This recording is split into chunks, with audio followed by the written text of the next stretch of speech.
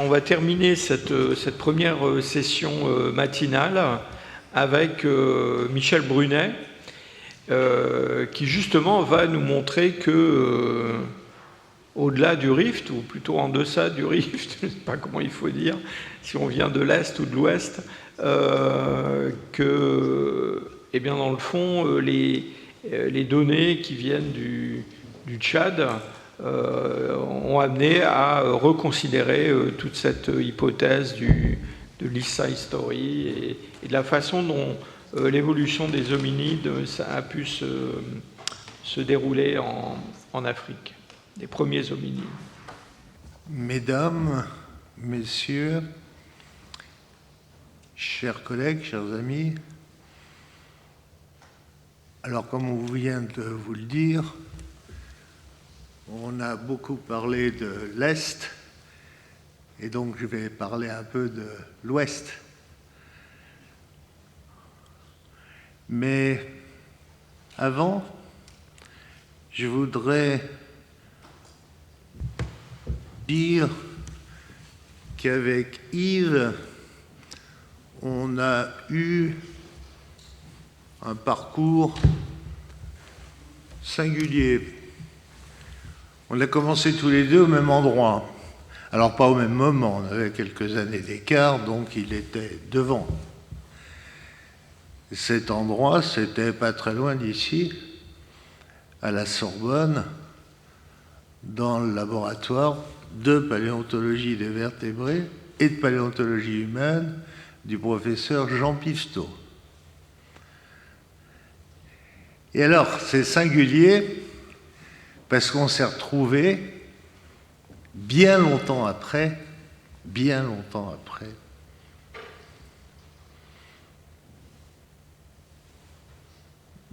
au Collège de France, dans le site dit d'Ulm, rue d'Ulm, où on est devenu, c'est à la mode, colocataire, ça nous a rejeunis l'un et l'autre, d'un petit bureau d'angle au 3e étage du 3 rue d'Ulm. Alors tout ce que je vais dire ce matin, je te le dis à toi aussi, Yves, comme on avait l'habitude d'échanger dans ce bureau.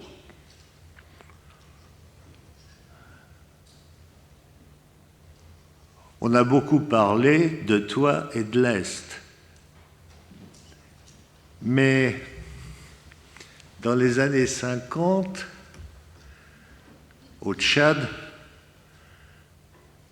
c'est-à-dire en Afrique équatoriale française, on manquait d'eau.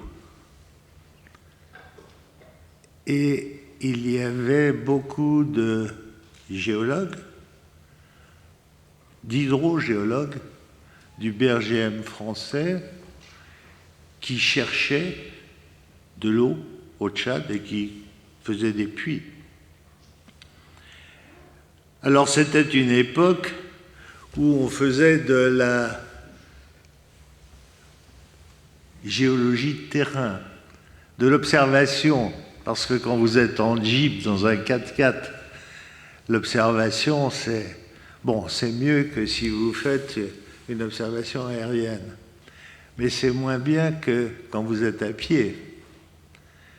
À cette époque, les géologues du BRGM faisaient de la prospection à pied. Et donc, ils trouvaient les fossiles. Et donc, ces fossiles, eh bien, on les envoyait, ou on les amenait, plus exactement, au muséum à Paris. Et là, Yves a publié les premiers fossiles du Tchad dans les années 50. Puis, dans les années 60, il est parti au Tchad.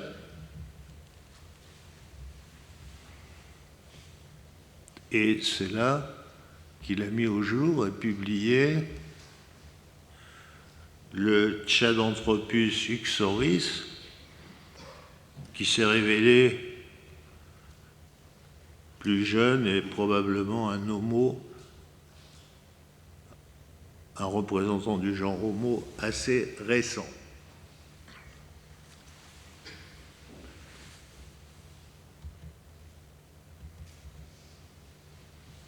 De mon côté, à cette époque-là, je travaillais en Europe, mais très rapidement, je suis parti en Asie. Dans les années 70, le berceau de l'humanité, on le voyait plutôt en Asie. Je suis parti en Afghanistan. Ça n'a pas duré très longtemps, mais suffisamment longtemps avant la guerre, puisque la guerre a commencé en mai 78. Vous imaginez, les enfants qui sont nés en Afghanistan en mai 78 n'ont connu que la guerre, que la guerre. Il y avait beaucoup de fossiles, c'est sûrement le pays au monde, et j'ai un peu voyagé, comme vous pouvez le voir sur cette carte, c'est sûrement le pays où j'ai vu et trouvé le plus de fossiles. Il y avait des formations qui étaient semblables à celles qui étaient exploitées par mon ami David Pilbeam, Harvard University, dans le Podvar ou sur le Podvar plateau, le piémont de l'Himalaya au Pakistan. Mais très rapidement, il fallait se rendre à l'évidence, c'était pas là qu'on trouverait des hominidés anciens. Et donc je suis allé voir Rive à ce moment-là, en lui disant, voilà, lui avait travaillé au Tchad dans les années 60,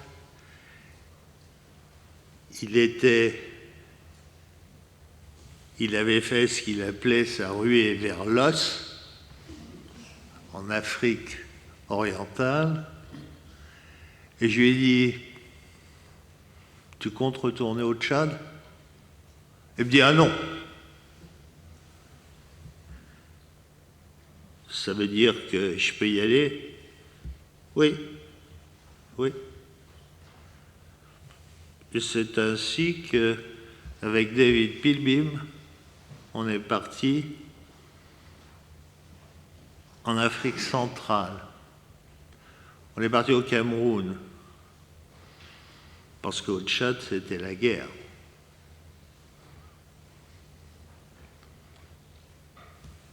Et c'est ainsi qu'a commencé la recherche de ces hominines à l'ouest du Grand Rift africain. Alors, quand vous êtes au Tchad, Jean-Renaud Boisserie, tout à l'heure, a parlé du désert du Djoram, vous êtes à peu près à 2000 kilomètres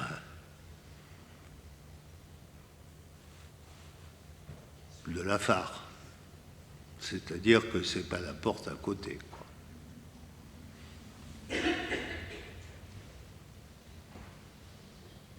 Au Tchad,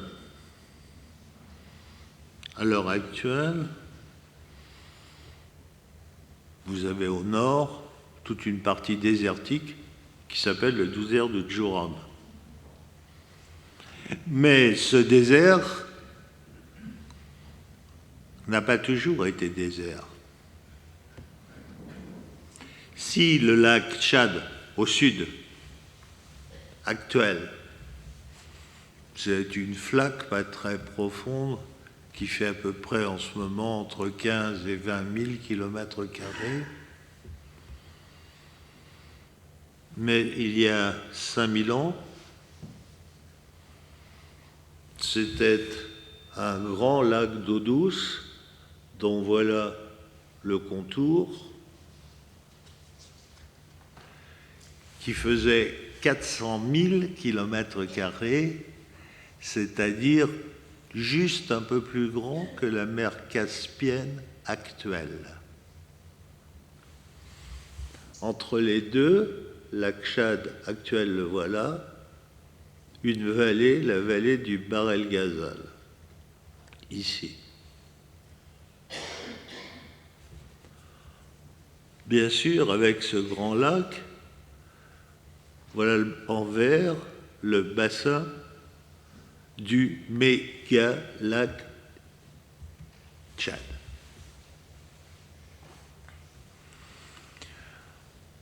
Avec mon équipe, la MPFT, la mission paléontologique franco-tchadienne, on a eu la possibilité d'étudier un forage fait par les pétroliers, le forage de Bol, qui, grosso modo, recouvre les 10 derniers millions d'années.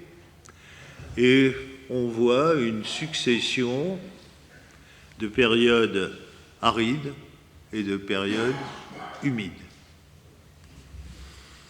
C'est-à-dire que vous avez là des séquences, une séquence aride et puis une séquence grand lac. Les fossiles se trouvant entre la période grand lac et la période aride. Alors, où aller travailler? Le désert, il est un peu grand. C'est simple. À une certaine période de l'année, les vents soufflent du nord-est. Au nord, vous avez le massif du Tibesti et au nord-est, le massif de l'Ennédy. Entre ces deux massifs, le vent s'engouffre et vous avez un effet physique qui est un effet Venturi. Vous avez le vent qui se focalise et qui érode beaucoup. On a mis des témoins d'érosion et en moyenne, vous avez une érosion, c'est un grès très dur, de 3 à 4 cm par an.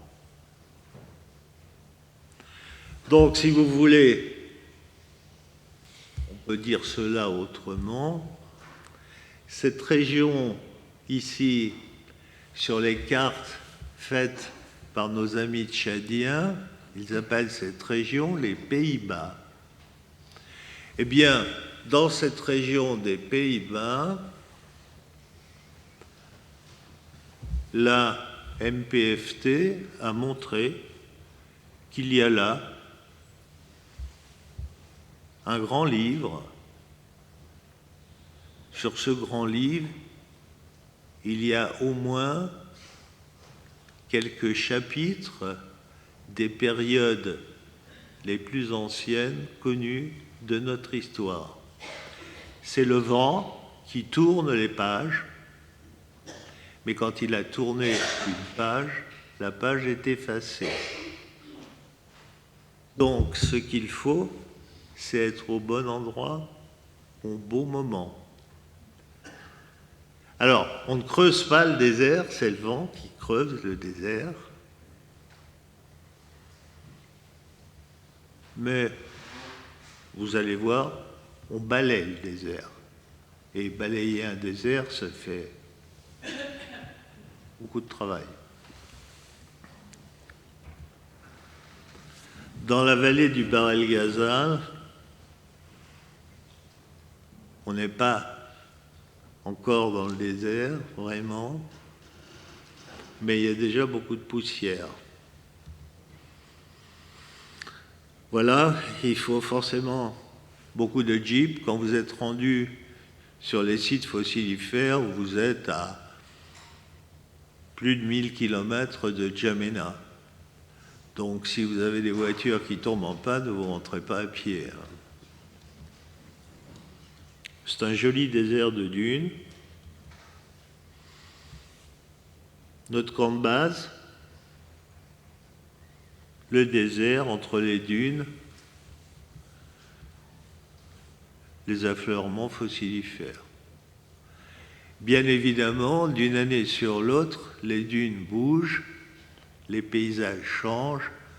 Il est donc extrêmement important de bien prendre les coordonnées des points.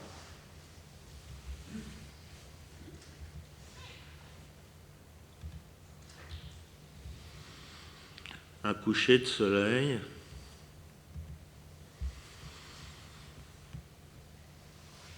Des images du terrain de fouille,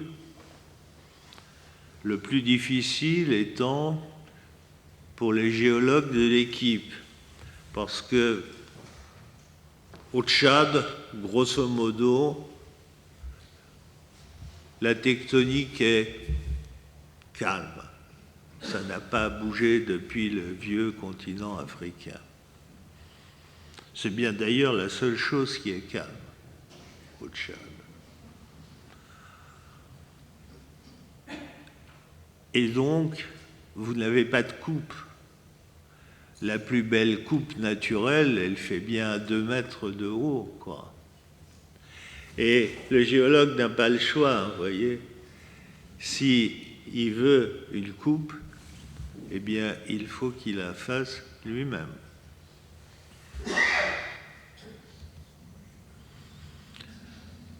D'autres fouilles, vous voyez apparaître là le grès, les zones grises. Bon, divers ossements, une mâchoire inférieure ici.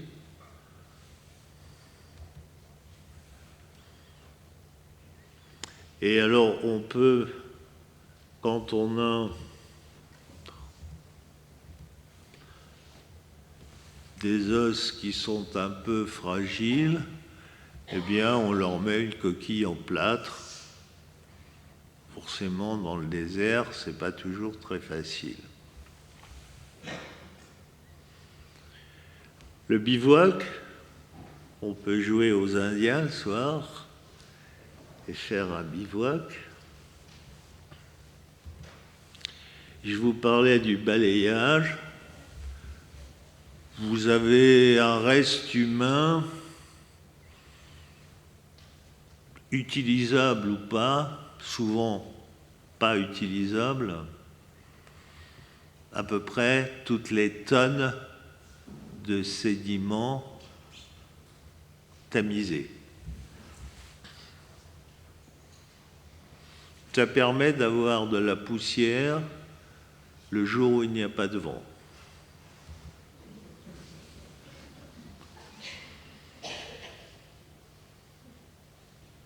C'est ainsi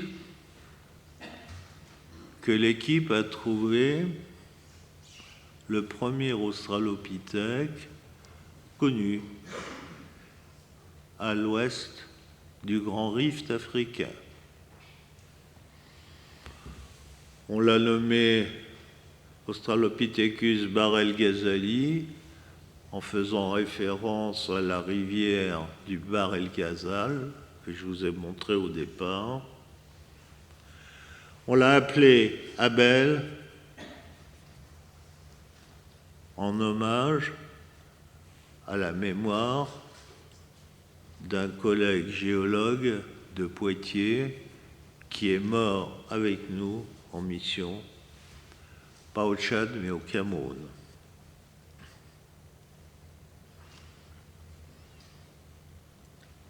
Alors vous avez les sites dont on vous a parlé ce matin. On vous parlera bientôt de ceux d'Afrique australe. Et vous voyez, on est là. Alors, on est à peu près, à l'heure actuelle, au Tchad, dans la position des Américains quand ils sont allés sur la Lune. Ils ont planté un drapeau. C'est pas pour ça qu'on connaissait la Lune. Abel, C'est le premier drapeau de notre histoire, à nous, les humains, à l'ouest du Grand Rift.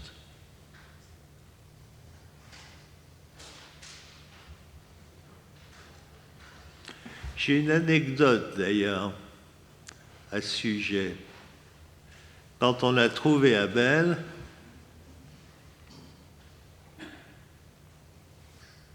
je t'ai appelé, Yves. Naturellement, il n'a pas répondu tout de suite.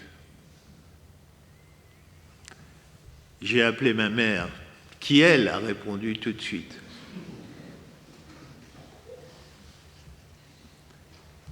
Et ma mère, très heureuse, m'a répondu « Ah ben, c'est très bien, tu as trouvé ce que tu cherchais, maintenant tu n'iras plus, n'est-ce pas ?» Puis j'ai fini par avoir Yves, qui m'a dit « Je te crois pas, c'est pas vrai.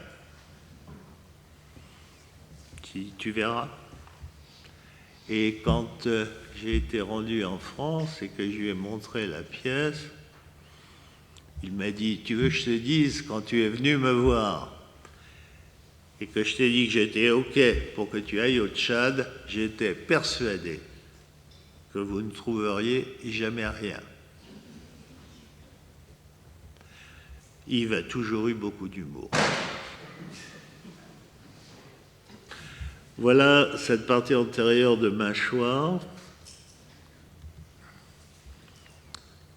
qui possède entre autres une canine asymétrique très caractéristique des hominines qui s'use par la pointe, vous voyez, et qui est à hauteur de l'incisive. La différence principale avec les nôtres, c'est qu'elle a là, sur sa face linguale, excusez-moi, une crête bifide. Vous regarderez tout à l'heure, si vous avez une crête bifide, il faut faire une photo et faire une publication. Mais en principe, vous n'avez pas. Un autre détail, les prémolaires, vous voyez, sont très molarisés. La P3 et la P4 sont très molarisées. Et elles ont chacune 3 racines. Dans la population actuelle, 3 racines, c'est très très rare. Voilà Lucie à côté, mais Lucie est une petite femelle. Abel est sûrement un mâle.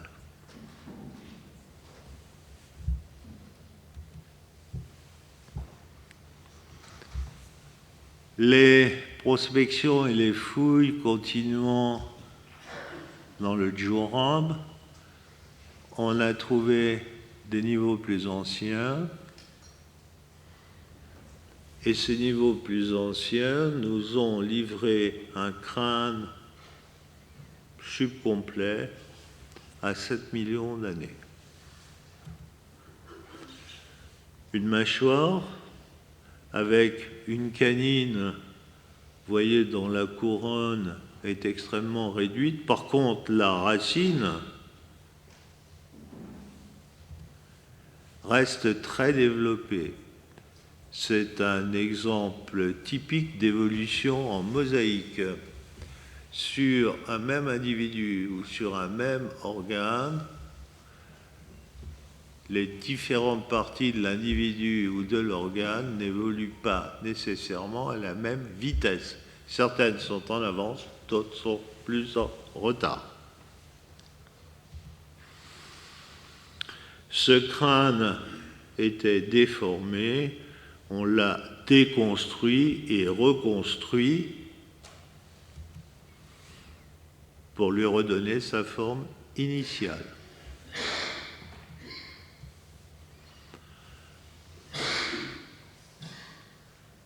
Comparé, par exemple, ici à un chimpanzé, vous voyez que la partie occipital du crâne a subi une bascule vers l'arrière,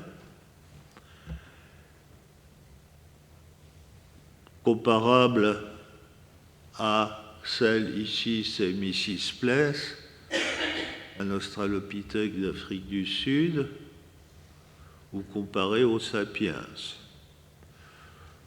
Ceci conduit, cette disposition anatomique conduit à penser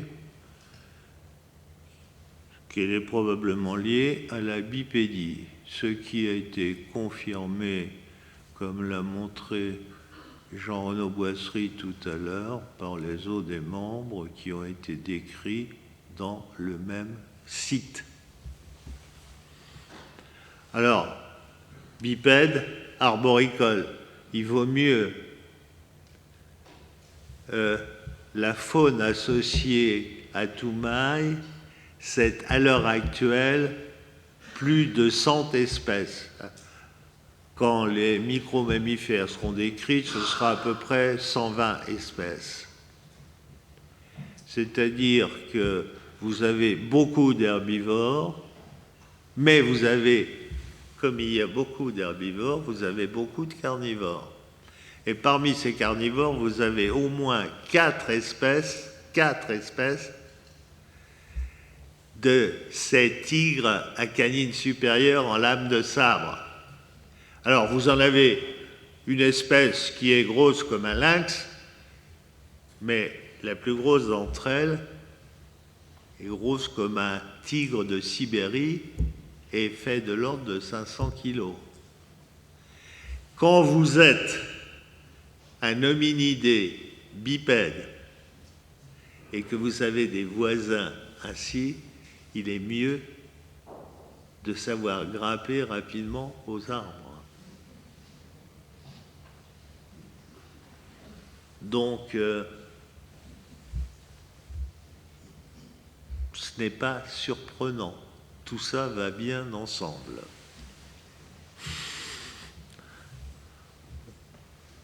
On a reconstruit l'endocrâne.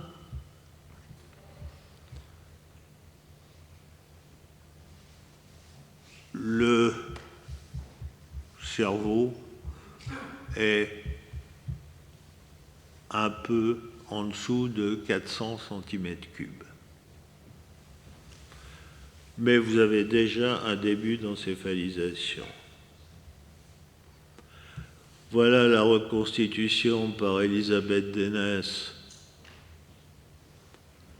du buste de Toumaï, faite à partir d'argile de Limoges.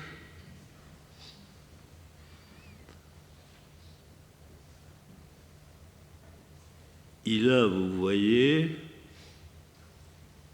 un bourrelet susorbitaire extrêmement épais. Ce bourrelet fait plus de 2 cm d'épaisseur, ce qui indique clairement, en dépit de tout ce qui a été ou pu être écrit, qu'il s'agit d'un mâle.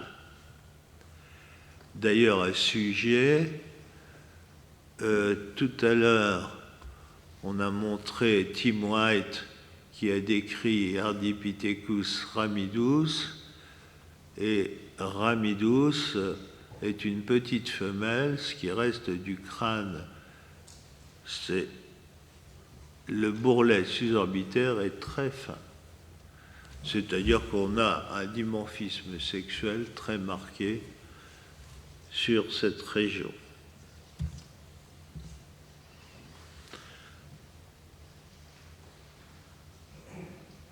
L'Afrique, si on met 4 pierres angulaires, la première,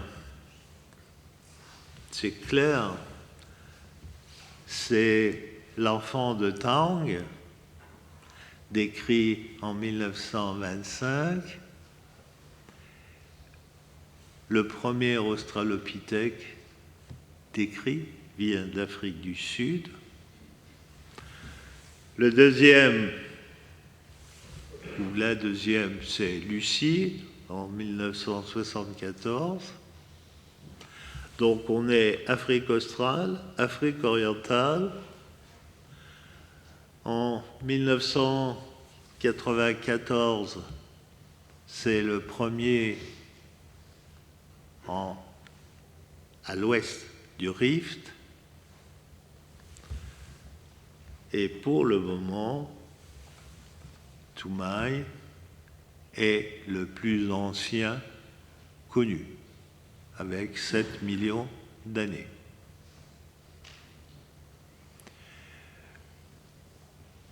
« 7 millions d'années, on trouvera sûrement plus ancien. L'équipe a cherché au Tchad, on a des niveaux plus anciens, on a des fossiles plus anciens, mais on n'a pas trouvé dans ces niveaux des hominines qui seraient plus vieux que 7 millions d'années.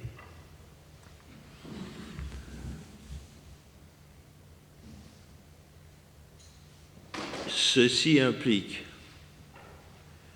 que l'Afrique, c'est bien le continent, dans l'état actuel de nos connaissances, berceau, notre berceau.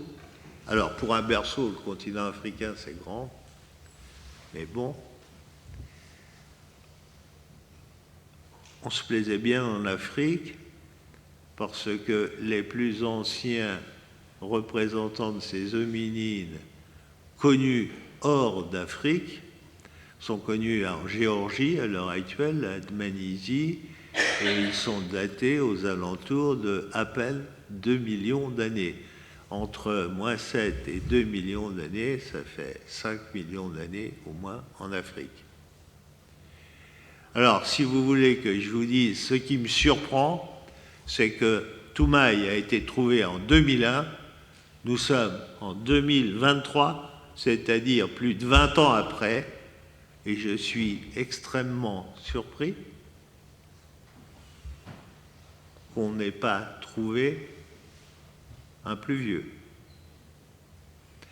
Alors, il y a deux hypothèses. Ou on ne cherche pas assez de fossiles sur le terrain,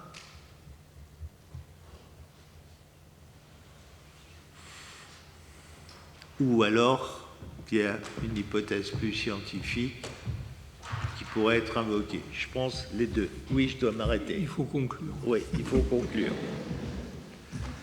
Voilà la conclusion. Je vous remercie pour votre attention. Et si vous avez des questions, je peux essayer d'y répondre.